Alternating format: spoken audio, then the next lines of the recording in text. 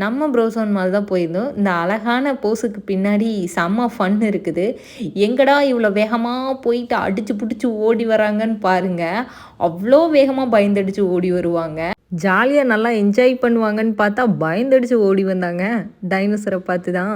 ஒரு வழியா சமாதானம் பண்ணி பக்கத்துல கூட்டு போறதுக்குள்ள ஒரு வழியே ஆயிட்டோம். பக்கத்திலேயே வரமாட்டேன்ட்டாங்க.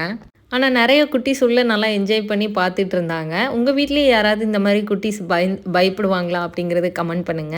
எவ்வளோதான் சொல்லி சமாதானம் பண்ணாலும், நான் பக்கத்திலேயே வரமாட்டேன். தூரமா இருந்து டைனோசருக்கு பாய் சொல்லிட்டு போயிடலாம் அப்படின்னு ஒரு டாட்டா காமிச்சுட்டு அப்படியே கிளம்பிட்டாங்க. இவ்வளோ ஃபன்னுக்கு அப்புறம் தான் அந்த க்யூட்டான போஸ் எல்லாம் குடுத்தாங்க.